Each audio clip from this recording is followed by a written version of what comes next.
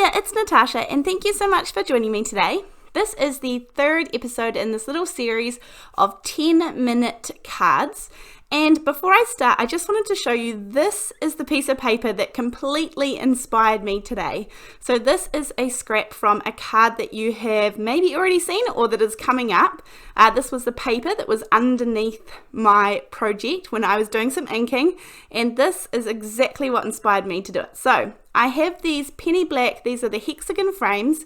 These cut out a really tiny, skinny little frame. Obviously, it leaves you with the outside shape, and then it cuts a gorgeous hexagon on the inside as well. Now, I am going to cut down this piece of paper here. Now, this could be any piece of paper, but I am going to use a normal piece of cardstock. This is the 110 pound Recollections cardstock that I use for all of my card bases and card fronts.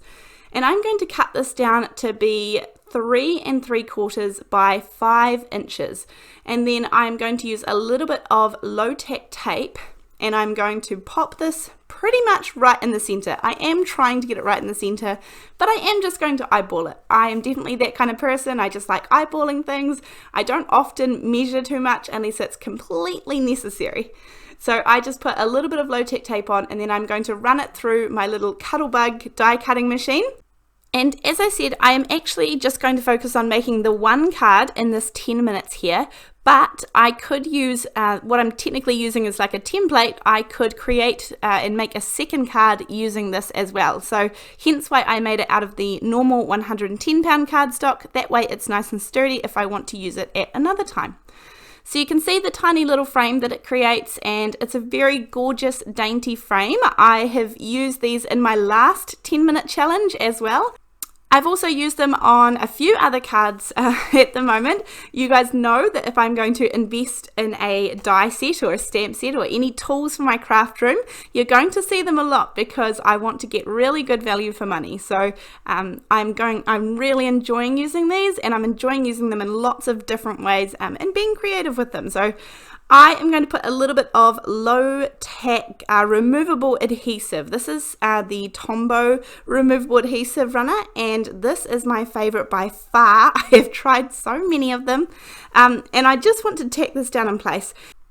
I guess that's not really necessary. I could have just held it in place with my hand, but I knew that if I messed up, I wouldn't have time to go back and start this all again within my 10 minutes. So I wanted to make sure that things went to plan.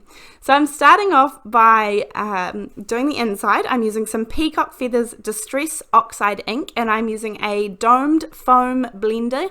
They are what I find my best recipe for success, is using the domed blenders. I get a much smoother blend. I can't get the same blend using brushes, and I can't get the same blend with the flat ink blending tools. So this is my favorite by far, and I'm going quite light. I mean, I want a decent amount here, and you could use any color underneath this. You could create this card for any occasion at all, and that's my favorite type to make, that you could definitely pop any sentiment on here and you would be away laughing.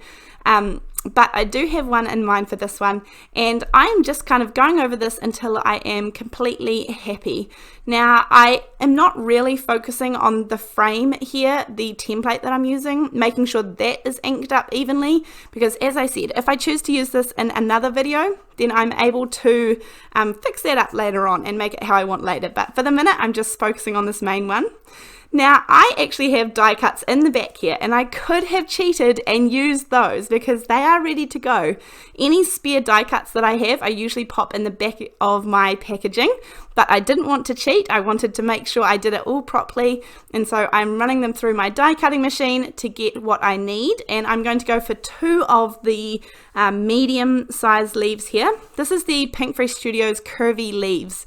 This one is one of my favorites. I think if I had to have like a favorites list for the year, this one would be on it.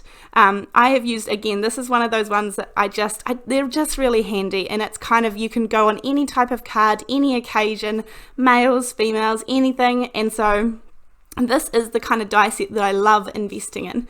So I have die cut out 2 of the medium sized ones, and I'm just going to pop out all those little inside pieces there with a little pokey tool. I did just want to take a quick second to say thank you so much for all of the kind support that I've had on doing these 10-minute videos. They are just something a little bit different for me. It's always fun as a card maker to kind of change things up for a moment and give myself a little challenge, and I feel like 10 minutes of viewing time on YouTube is kind of a nice amount. I always try and keep my videos pretty short. I don't often have time to go in and watch a 30, 40, 50-minute video, and so that's what I try and produce here as well.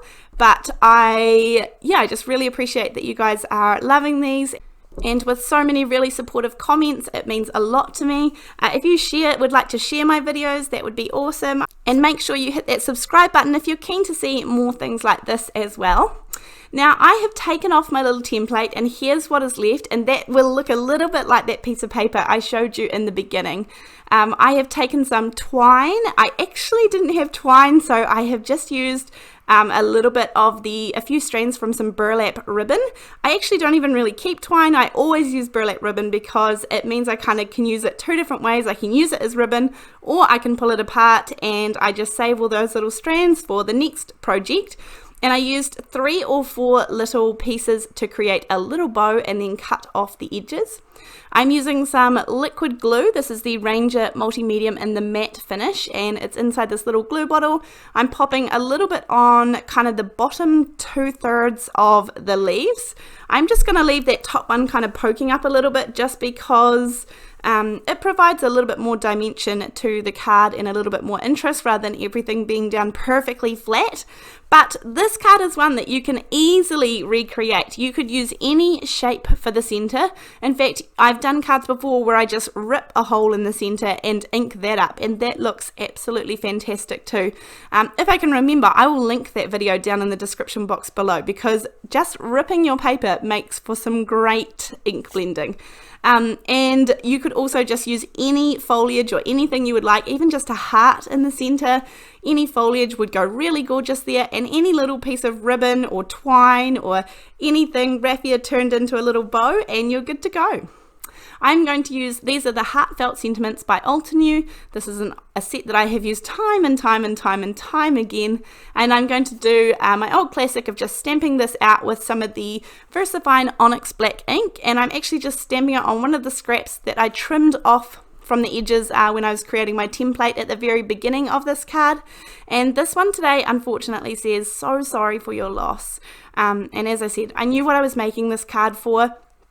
But even though this is kind of a sad sentiment, you could put anything on here. You could jazz it up. I think if you added little gems and things like that, then it would kind of bring a whole new aspect to it. If you wanted to use a couple of colors and do some ink blending in the center rather than just using one color, that would look fabulous too.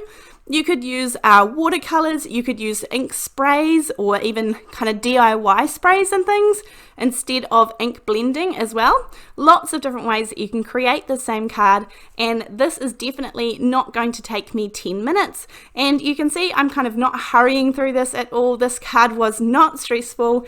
It was a real joy to make, and I do want to make that clear as well, that even though I'm making these within 10 minutes, that doesn't mean that you have to. If it takes you 20 minutes or half an hour or however long, that's perfectly okay. It doesn't mean that it has to take you 10 minutes. This is just, as I said, a fun wee challenge to challenge myself. So I hope that you have enjoyed this video for today.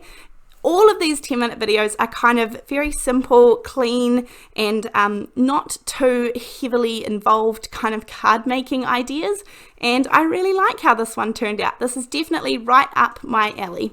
So this is the finished card. I'm not going to go ahead and add anything else to this one, although you could definitely take it further, but that is my card for today. Thank you so much for all of your support. I really appreciate it, and I really look forward to seeing you in the next video. All the supplies that I've used in today's video will be linked down below in the description box, so if you're looking for anything, have a wee look there and you'll find it. But other than that, I'll see you in the next video. Thanks, bye!